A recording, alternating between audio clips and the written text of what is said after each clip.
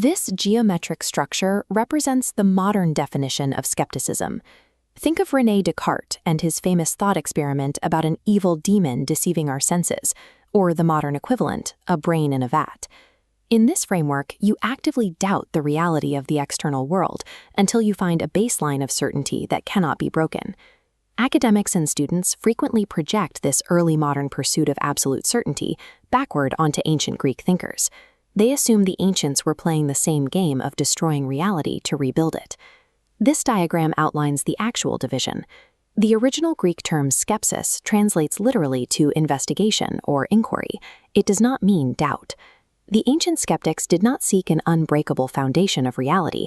They sought to understand how we interact with information.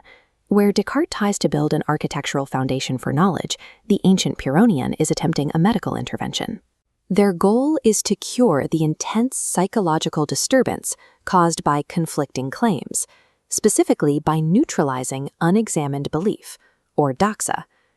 Ancient skepticism functions as a rigorous algorithmic system. It is designed specifically to test the mechanics of belief and master the method of inquiry itself. To understand why this system was built, we have to look at Hellenistic Greece.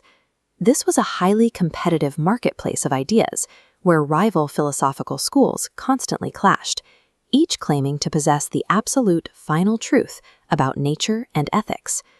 The skeptics targeted a specific group of rivals they called the dogmatists.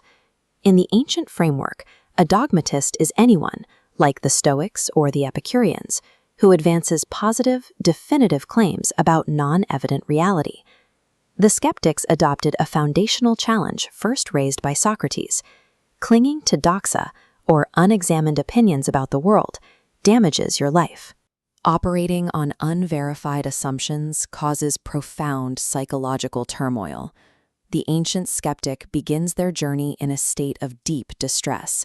They are struck by severe discrepancies and anomalies in how the world appears. This kicks off a continuous search to figure out which view is actually true. The skeptic is an active investigator. Through the process of constant inquiry, they realize that peace of mind does not arrive by finding a final answer. It arrives by learning exactly how to evaluate conflicting evidence. To understand this skeptical weapon, we must define the armor it was designed to pierce. The primary target was the dogmatic claim that human beings possess a criterion of truth, a reliable standard for verifying reality. This is a portrait bust of Zeno of Citium, the founder of Stoicism. He engineered a specific epistemological theory, claiming that while absolute knowledge is difficult to achieve, it is entirely within human reach. This flowchart maps the Stoic theory of cognition. Zeno argued for the existence of the cognitive impression, a perception so perfectly clear and distinct it guarantees its own truth, revealing reality exactly as it is. When the mind receives this cognitive impression, it performs an action called assent. It evaluates the data, grants rational approval, and converts that impression into a firm belief. The academic skeptics, led by Arcesilas, engineered a counterstrike based on indistinguishability. They argued that no impression is so perfectly clear that a false one could not be phenomenologically identical to it. A hallucination or a twin object can exactly mimic a true perception.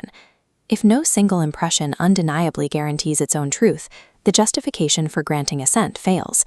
The entire foundation of dogmatic belief begins to crack. This diagram illustrates Agrippa's 5 modes.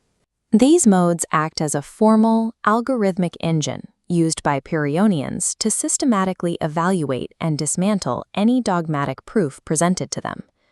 The first mode applied is diaphonia, or disagreement. The algorithm checks the claim and finds an undecided conflict among both ordinary people and philosophers, preventing any clear, objective choice. The second mode is isoperon ekbalanta, or infinite regress. Whatever evidence is brought forward to make the square tower credible requires a second piece of evidence to prove that first piece, creating an endless chain of required justification. The third mode is pros t, or relativity. An object only ever appears a certain way relative to the specific distance, position, or biological state of the subject observing it. The fourth mode is hypothesis. To escape the infinite regress, a dogmatist will eventually just assume a foundational starting point. But because they provide no proof for this starting point, the foundation dissolves. The final mode is ton diallelon, or circularity. This exposes the fallacy where the evidence required to confirm a claim relies on the claim itself to be credible. This algorithm ensures every dogmatic claim is systematically stripped of its structural support. No belief possesses a rationally justified foundation. The immediate result of applying these modes is a specific state called isosthenia. This translates to equivalence, or equal weight. In a state of equivalence, the arguments for and against a proposition are perfectly balanced. Neither side is logically more persuasive than the other. Here, the skeptic avoids a critical trap. They do not conclude that nothing can be known. Making definitive claims about absolute ignorance is called negative dogmatism, which is simply another unproven belief. Faced with perfect equivalence, the mind involuntarily yields. The act of assent is naturally withheld because there is no definitive data to assent to. This specific state, the suspension of judgment, is called epoche. By achieving epoche, the investigator accidentally discovers exactly what they were looking for, ataraxia, or tranquility. By abandoning the exhausting effort to defend absolute beliefs about reality, the investigator resolves the psychological turmoil that initiated the inquiry. This brings us to the apraxia charge, the most aggressive criticism leveled by the dogmatists. They argue that if you suspend all judgment and hold no beliefs, you commit cognitive suicide. You would be paralyzed, unable to act at all. The Stoic premise demands that action strictly requires belief. You cannot walk through a door without holding the metaphysical belief that the door actually exists. The Pyrrhonian philosopher Sextus Empiricus resolves this paradox by decoupling action from dogmatic assent. The skeptic lives adoxastos, a Greek term meaning without belief. They navigate the world using phenomena, or appearances. Skeptics yield to how things seem phenomenologically in the moment, rather than making claims about what things are essentially. Sextus outlines a fourfold rule for daily life. Skeptics act based on biological compulsion, like drinking when thirsty. They rely on passive perception, they follow societal custom, and they utilize technical training, all without asserting metaphysical truth. The skeptic survives and functions seamlessly. They do not deduce the true nature of reality. They yield to the phenomenal world exactly as it presents itself. This image puts us in the position of a famous practical case study formulated by Carneades. A skeptic walks into a dark room and sees a coiled object on the floor that appears to be a snake. The dilemma is immediate.